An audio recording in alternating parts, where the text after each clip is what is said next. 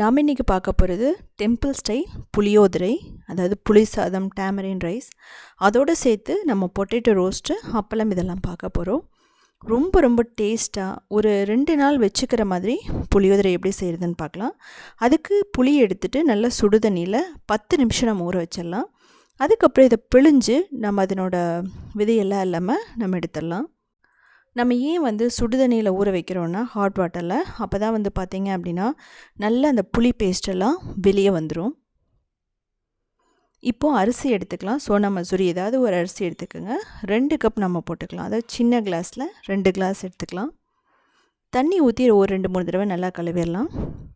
இந்த ரைஸ் பார்த்திங்கன்னா ஒரு வீட்டில் ஒரு 5 பேர் இருந்தால் இது பர்ஃபெக்டாக இருக்கும். இதுக்கப்புறமா நம்ம இதில் தேவையான அளவு தண்ணி, அதாவது 2 கப்புக்கு ஒரு 5 கப் தண்ணி ஊற்றிட்டு ஒரு 20-30 நிமிஷம் நம்ம ஊற வச்சிடலாம். அதுக்கப்புறம் ஒரு 4 விசில் விட்டோன்னா பர்ஃபெக்டான ரைஸ் நமக்கு ரெடி ஆகிடும்.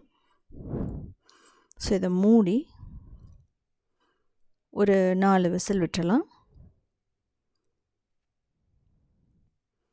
ஸோ இதுக்கப்புறம் ஸ்டீமெல்லாம் போனதுக்கப்புறம் நம்ம உடனே எடுத்துகிட்டு நம்ம ஒரு பிளேட்டில் நம்ம ஆற வச்சிடணும். இது பார்த்திங்கன்னா ரொம்ப சூடாக இருந்ததுன்னா ஒன்றோடனு ஒட்டி அந்த புளிசாதம் ரொம்ப கொல கொலன்னு ஆகிடும்.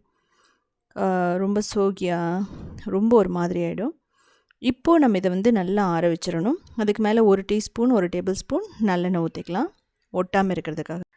வறுத்து நம்ம ஒரு சிலதை அரைக்க போகிறோம். அதுக்கு 1 டேபிள் ஸ்பூன் கொத்தமல்லி, மிளகு, அதுக்கப்புறம் எள், வரமிளகாய் காரத்துக்கு ஏற்ற மாதிரி போட்டுட்டு நல்லா வெடிக்கணும். ஸோ அதுக்கப்புறம் நம்ம எடுத்துடலாம். எடுத்துகிட்டு ஆற வச்சுட்டு இதையும் பார்த்திங்கன்னா ஒரு பவுடர் மாதிரி அரைச்சி வச்சுக்கணும். இதுக்கப்புறம் நம்ம என்ன பண்ண போகிறோன்னா வெந்தயத்தையும் தனியாக அரைக்க போகிறோம்.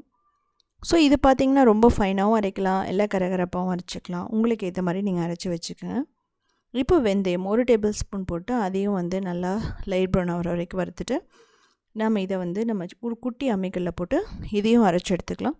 இது ஏற்கனவே நீங்கள் ரெடி பண்ணி வச்சுருந்தாலும் வெந்தய பொடி கூட நீங்கள் போட்டுடலாம். இந்த புளி சாதத்துக்கு நல்ல டேஸ்ட்டு கொடுக்கக்கூடியது இந்த வெந்தய பொடின்னு சொல்லலாம். இது ஆற வச்சுட்டு நீங்கள் அரைங்க. ரோஸ்ட் பண்ணோன்னு அரைச்சிங்கன்னா நல்லா அரைப்படாது. ஸோ பாருங்கள், இந்த மாதிரி பர்ஃபெக்டாக இருந்தால் ஓகே.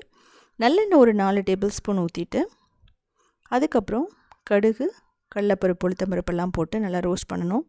இதுக்கப்புறமா பீனட், ரோஸ்ட் பண்ண பீனட் போட்டுக்கலாம், ஒரு 2-3 டேபிள் ஸ்பூன். இது தேவையில்லைனா கூட நீங்கள் ஸ்கிப் பண்ணிடலாம். இதுக்கப்புறம் பெருங்காயம், கட்டி பெருங்காயம் நான் போட்டிருக்கேன். நீங்கள் பெருங்காய பவுடர் கூட போட்டுக்கலாம். கட்டி பெருங்காயம் நல்ல ஒரு ஃப்ளேவரை கொடுக்கும். இதுக்கப்புறம் கருவேப்பிலை, அதுக்கப்புறம் பார்த்திங்கன்னா வரமிளகாய் நான் 1 போட்டிருக்கேன், நீங்கள் 2-3 கூட போட்டுக்கலாம். இப்போது அரைச்சி வச்ச வெந்தய பொடியை நம்ம போட்டுட்டு 1 நிமிஷத்துக்கு லைட்டாக வதக்கணும். இது ப்ரௌன் ஆகிற மாதிரி நீங்கள் பண்ணிடாதீங்க, அப்புறம் டேஸ்ட் நல்லா இருக்காது. ஸோ இதை நல்லா ரோஸ்ட் பண்ணதுக்கப்புறமா நம்ம இதில் என்ன பண்ண போகிறோன்னா மஞ்சள் தூள் போடுறோம், 1 டீஸ்பூன் போட்டுக்கலாம். இதுக்கப்புறம் புளி தண்ணி நம்ம எடுத்து வச்சுருந்ததை இதில் ஊற்றிடலாம். இதை ஊற்றிட்டு நம்ம என்ன பண்ணிக்கலாம் அப்படின்னா தேவைப்பட்ட லைட்டாக தண்ணி ஊற்றிக்கலாம். அந்த புளியை 2வது தடவை புளியை நம்ம பிழிஞ்சு எடுத்துக்கலாம். இதுக்கப்புறம் இதை நல்லா திக்காகணும், அது வரைக்கும் நம்ம இதை வேக வைக்கணும். ஸோ புளி பச்சையாக இருக்கக்கூடாது. ஸோ நல்லா வேகணும், நம்ம வேக விடணும், அதாவது கொதிக்க விடணும். நீங்கள் பச்சை புளியோதரை கூட பண்ணலாம். இது டெம்பிள் ஸ்டைல். நீங்கள் வீட்டில் பண்ணுறதா இருந்தால் வெங்காயம் பூண்டெல்லாம் போட்டு அது ஒரு மாதிரி ஸ்டைலில் இருக்கும், அது டேஸ்ட் நல்லாயிருக்கும். ஸோ இது பாருங்கள் நல்லா திக்க அடித்தேன். இப்போது பேலன்ஸ் பண்ணுறதுக்காக நான் ஜாகரி பவுடர் 1 டீஸ்பூன் போடுறேன். 1 டீஸ்பூன்லேருந்து 1 டேபிள் ஸ்பூன் போடலாம். ஒரு 2 நிமிஷம் வேக வச்சிங்கன்னா அதுவும் நல்ல ஃப்ளேவரை கொடுக்கும். இப்போது இது நல்லா திக்கானதுக்கப்புறம் நம்ம என்ன பண்ணலாம் அப்படின்னா இதில் நல்ல பாயில் பண்ணி வச்ச ரைஸ், அதாவது நல்லா ஆற வச்ச அரிசியை நம்ம எல்லாம் போட்டுடலாம். போட்டுட்டு நம்ம என்ன பண்ணலான்னா தேவையான அளவு உப்பு போட்டுக்கலாம். அதுக்கப்புறம் அரைச்சி வச்ச கொத்தமல்லி, பெப்பர், அந்த எள்ளு பொடி, எள்ளு மிளகாய் பொடி எல்லாம் போட்டுட்டு இதை நம்ம நல்லா மிக்ஸ் பண்ணணும். அந்த ஒயிட் ரைஸ் தெரியாத மாதிரி மிக்ஸ் பண்ணிக்கலாம். தேவைப்பட்டால் நீங்கள் உப்பெல்லாம் போட்டுக்கலாம் எக்ஸ்ட்ரா. ஸோ இதில் பார்த்தீங்க அப்படின்னா நான் 2 கிளாஸ் போட்டிருக்கேன். எல்லா ரைஸையுமே இதில் நம்ம போட மாட்டோம். ஸோ மேக்ஸிமம் உங்களுக்கு எவ்வளோ தேவையோ அதை போட்டுக்கலாம். ஸோ இதே மாதிரி அந்த புளியோதரை பேஸ்ட்டு மட்டும் ரெடி பண்ணிட்டீங்கன்னா நீங்கள் ஒரு 1 வீக் கூட வச்சுட்டு செய்யலாம். ஸோ எதுவுமே கெட்டு போகாது. நான் உப்பு பார்த்துட்டு திரும்ப தேவைப்பட்டால் நான் உப்பு போடுறேன். ஒரு சிலர் உப்பு போட்டே சாதத்தை வேக வைப்பாங்க. ஸோ அப்படி இருக்கும்போது ரொம்ப பர்ஃபெக்டாக இருக்குது. எக்ஸ்ட்ரா உப்பு போட வேண்டியதில்லை. இது பாருங்கள், இது நல்லா வந்து மிக்ஸ் ஆகிடுச்சு. இதெல்லாம் பண்ணும்போது நீங்கள் லோ ஃப்ளேமில் வச்சுக்கலாம், இல்லை நீங்கள் ஆஃப் பண்ணிடலாம். ஸோ நமக்கு பர்ஃபெக்டான புளியோதரை ரெடி ஆகிடுச்சு. மேலே 1 டீஸ்பூன் மட்டும் நம்ம என்ன பண்ணலான்னா நல்லெண்ணெய் விட்டுக்கலாம். நல்ல ஃப்ளேவர் கொடுக்கும் அந்த நல்லெண்ணெய். இதுதான் வந்து பார்த்திங்கன்னா ரொம்ப ரொம்ப சிம்பிளான தமிழ்நாடு ஸ்டைல் புளியோதரை, அதுவும் டெம்பிள் ஸ்டைல். இதுக்கப்புறம் நம்ம அப்பளம் பொரிச்சிக்கலாம். இது ரொம்ப பர்ஃபெக்டான காம்பினேஷன் சொல்லலாம்.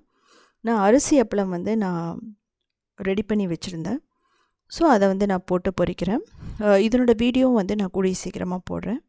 ரொம்ப ரொம்ப பர்ஃபெக்டாக இருக்கும் பச்சரிசி அப்பளம்.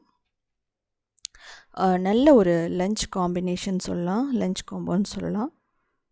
நீங்கள் உளுந்தப்பளம் பண்ணலாம். ஸோ உங்கள்கிட்ட என்ன இருக்கோ அதை ஃப்ரை பண்ணி வச்சுக்கலாம். இது தேவையில்லை அப்படின்னாலும் இதை நீங்கள் ஸ்கிப் பண்ணிடலாம்.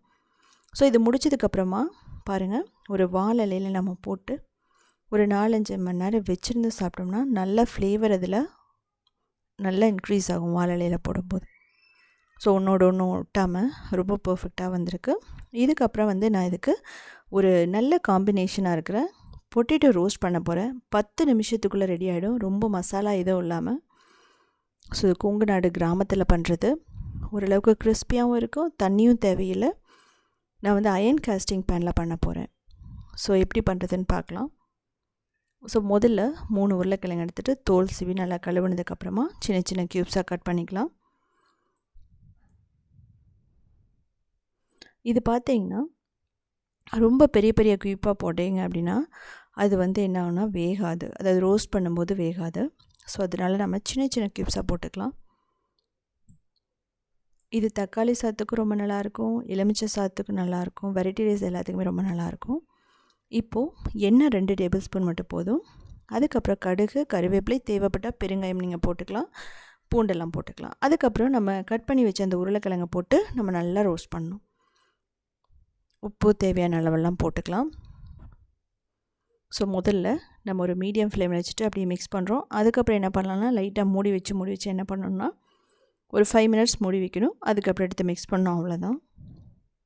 இதுக்கு தேவையான மஞ்சள் தூள், மிளகாய் தூள் காரத்துக்கு ஏற்ற மாதிரி நீங்கள் போட்டுக்கலாம். எக்ஸ்ட்ரா கரம் மசாலாலாம் தேவையில்லை. ஏன்னா புளி சாதத்தோடு சாப்பிடும்போது கரம் மசாலாவோட டேஸ்ட்டு நல்லா இருக்காது. ஸோ இது பார்த்திங்கன்னா நல்லா கிறிஸ்பியாக வரைக்கும் நம்ம குக் பண்ணணும். நான் உப்பு போட்டு நல்லா வந்து ரோஸ்ட் பண்ணிகிட்டே இருக்கேன். இந்த கேஸ்ட் அயர்ன் பேனில் என்ன ஒரு நல்ல விஷயம்னா, எந்த ஒரு வெஜிடபிள் ஆட் பண்ணாலும் நீங்கள் தண்ணியை ஆட் பண்ண வேண்டியதில்லை.